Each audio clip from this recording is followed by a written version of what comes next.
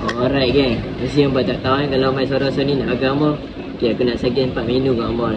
2 makanan, 2 minuman. Okay, untuk makanan yang first aku suggest Chow Ho Fan kat Amor.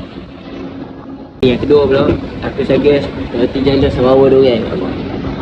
First yang aku nak review ni, Chow Ho Fan. Harga kami bagi murmur je kat Amor.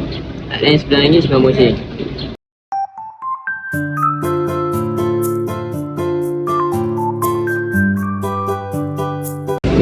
Chow Fan ni sedap Tengok. Okay, overall Chow Fan ni memang padu gila. Apa memang patut try makan lah kalau main suara sound ni.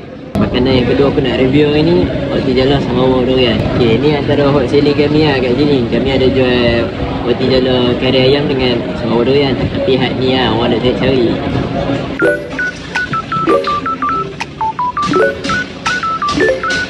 Ni sedap juga tak misal panas-panas je kat Abang.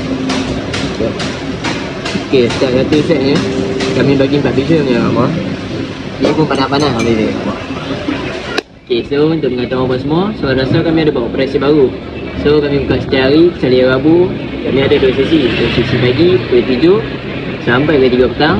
Okay, untuk sesi malam pula daripada pukul 6 sampai 4. Okay, untuk satu Ahad kami ada waktu yang special. Okay, daripada 7 pagi sampai 11.30 malam. Alright, ciao.